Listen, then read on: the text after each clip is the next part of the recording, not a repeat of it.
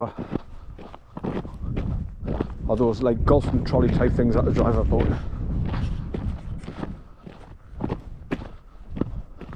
Or them trolley things that the banana splits characters drive around in. Right, straight ahead there now you can see there's a track going off to the right, so I wonder if that's it. Yeah, just go past that.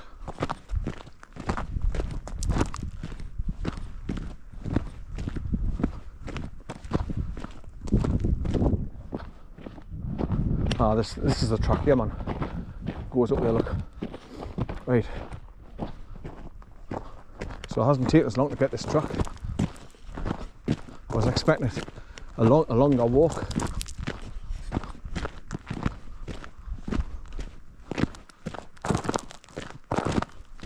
So if the sun comes out and starts burning my head, I'll have to lift up my hood onto my head, stop my forehead and top my head getting burnt. But perfect weather for walking. Right, so there's a marker post. Blue arrow pointing straight on and a yellow disc. Alright son, down here. And there's a gate up there that's locked. Alright son, come on. Down here. Come on, down here. Alright. Come on, down here. Alright son. Right, where is he? Right, so you can see right across here now when you get into this opening. Alright son, come on. Alright. Come on. Alright son. Right.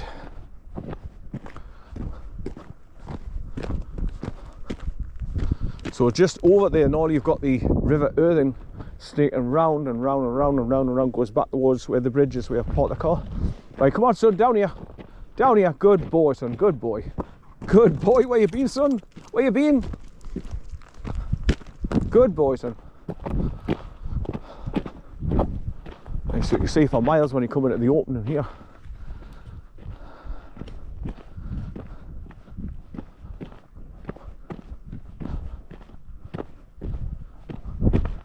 I think it was when I was coming back as well, the sun was just coming up over that tree line in the distance, and it was like bright, a big red sun coming up in the morning, first thing in the morning, because it was still pitch black when I got here.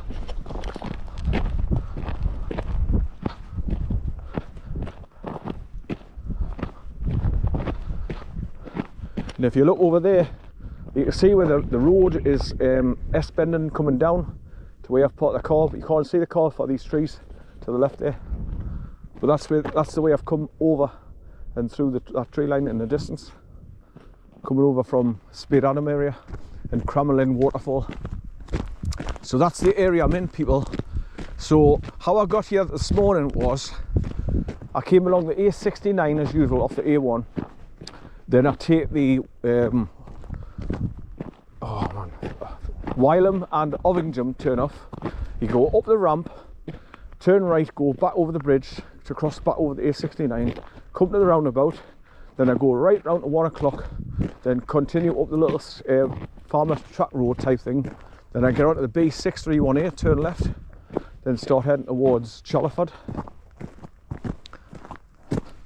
Go through Chalford, continue along, keep going along the military road, pass by the big pub called Twice Brewed. There's another stream full of water, look. There's always loads of streams come through for us.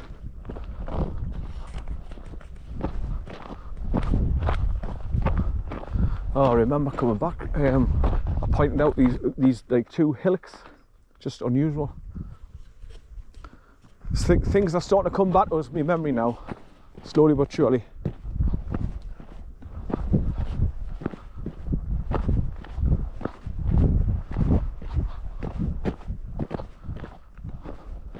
But the access road going into the farm cottage is just where the dog is there now, I think, just past that.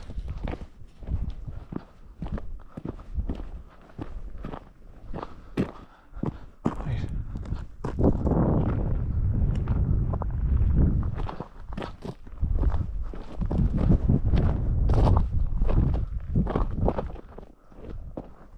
Right, so I took notice of, when I was coming this direction, when I was coming back, these little hillocks. You can see where people have gone up them. There's a well cut in path there going up the hill. So people have probably gone up there looking for a place to pitch a tent. But those crags and the cliffs up there looks perfect place. There's a secondary setting all at the back higher up again, so you've got more of a view across the valley here. Hi son! Hi! Come here! Hi son! Stay there! Stay there! Stay there! Wait! Wait! Good boy! Good boy! Wait there son! Wait! So when I came along here, I actually walked up the access road going towards the house, and they've got beautiful grounds like little arched bridges going across the river that's winding around through the property. It's nice. So I just quietly went up to the top, videoed a bit, took a couple of photographs, and then come back down, because obviously it's private, you know, you've got to respect people's privacy. So I just went in there to get some photographs and then come straight back out.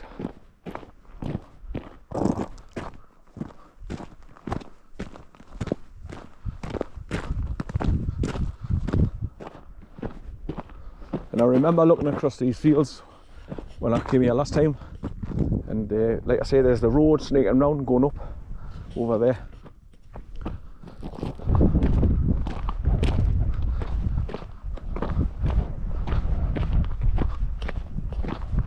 I see him rolling, putting the grass in, getting wet and cool.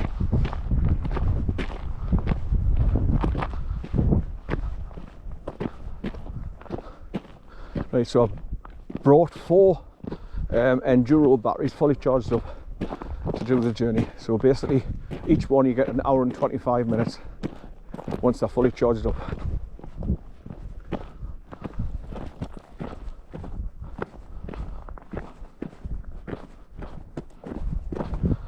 And I find the biggest advantage of using the enduro batteries, they overheat the same as any other battery, but they don't expand that much that you can't pull the bloody batteries out the compartment because they swell that much.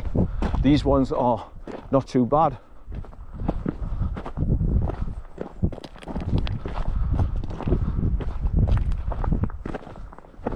Now, well, I thought that was the access road, but it must be a little bit further up. Hi son, come on.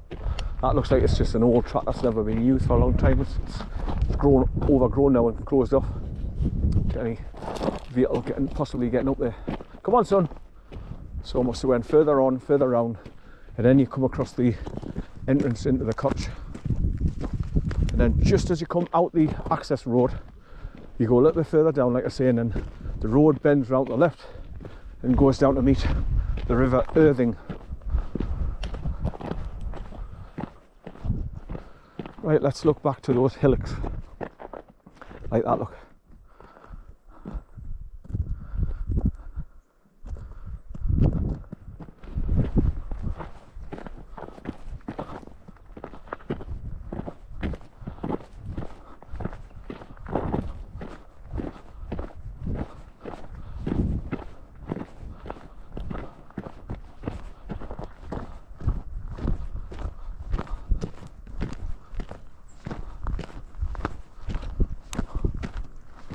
So I got up this morning, made him his dinner out the second half of the tin of dog food mixed with 2 big handfuls of biscuits. Made myself a quick beef oxo for a drink before I came out. Swigged that down, then just got everything in the car ready and started driving up here.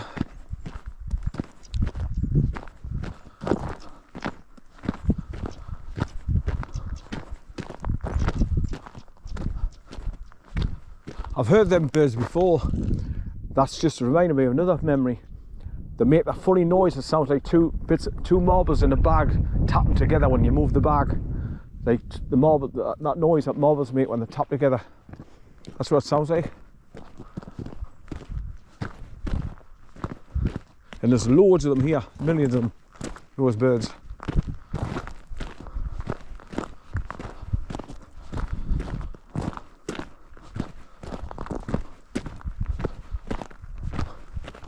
I can just see up ahead, 150 yards.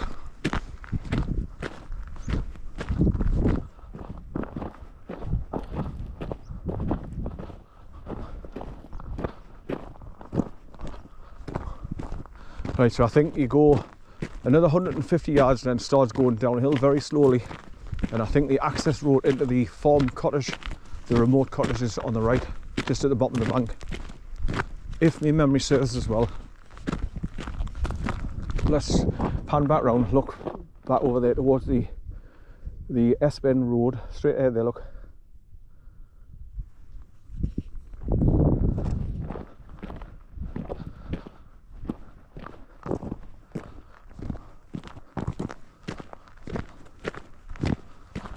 So when you're walking back that way, you remember the track that goes off to the left, just there, you can see just now.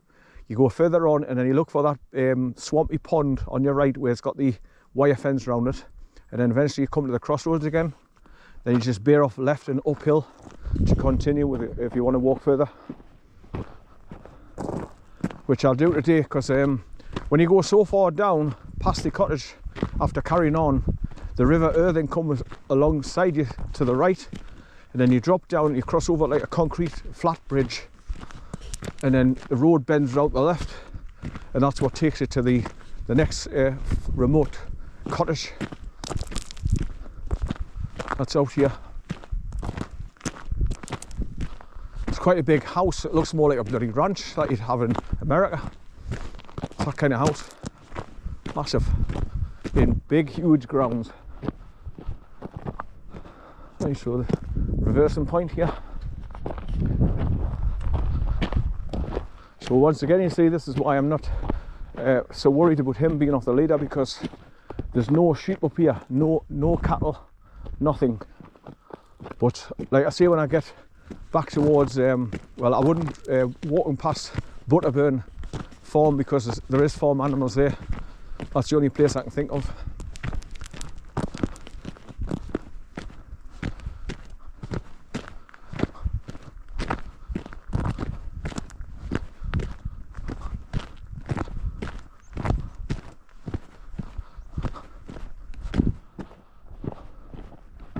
If I go further on, where the road bends round to meet the River Irthing further down, I'll go down to it and I'll go to the water's edge and then ask him to go in and go and get a drink and wash his feet off, cool off.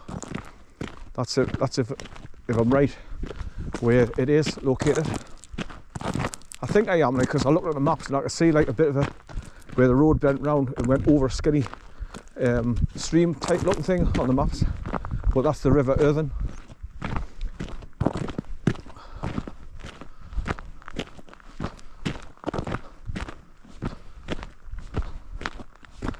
But I think the cottage is just in these trees up ahead.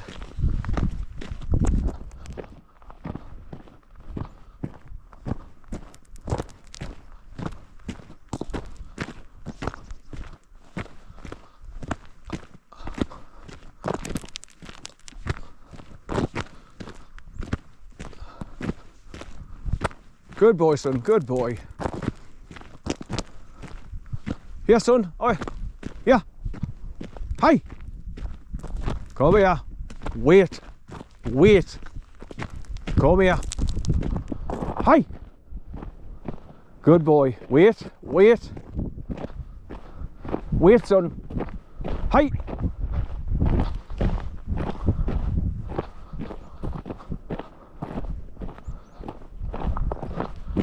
That's the only thing about walking along stone tracks.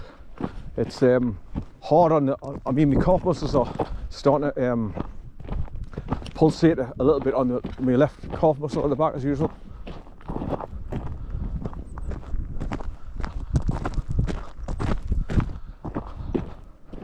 I'm just curious to see, I'm sure I remember a wooden marker post just on the corner of the access road leading into this cottage, and it says PADDABURN or something like that. Sounds like a kebab, an Indian place. PADDABURN's. Chicken curry with a couple of PADDABURNs, please.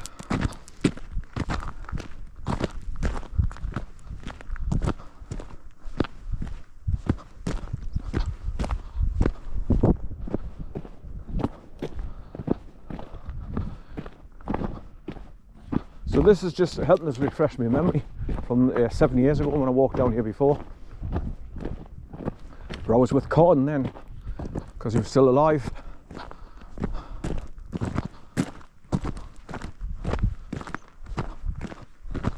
I think the river's just down there now to the left. I can see it, where it's snaking around, and you can see bits of the embankment crumbling away, where it's black, falling into the river.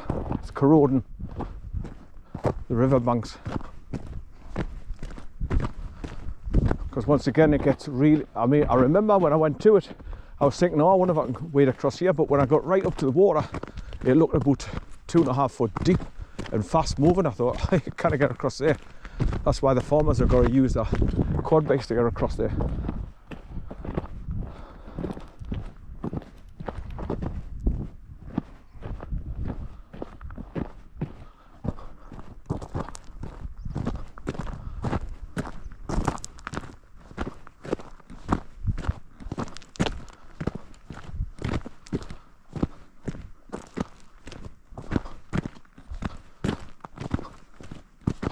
Yeah, son. All right. Hi, son. Yeah, I think I can see the river there now. So it's snaking all the way around to come towards the road here. Just further on around the corner. Hi, son.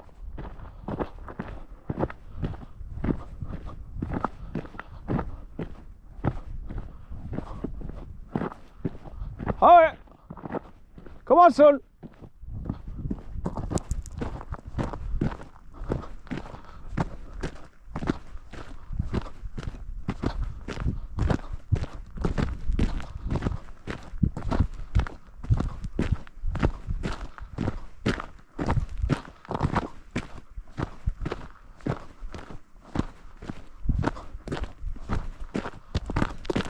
Hi, son.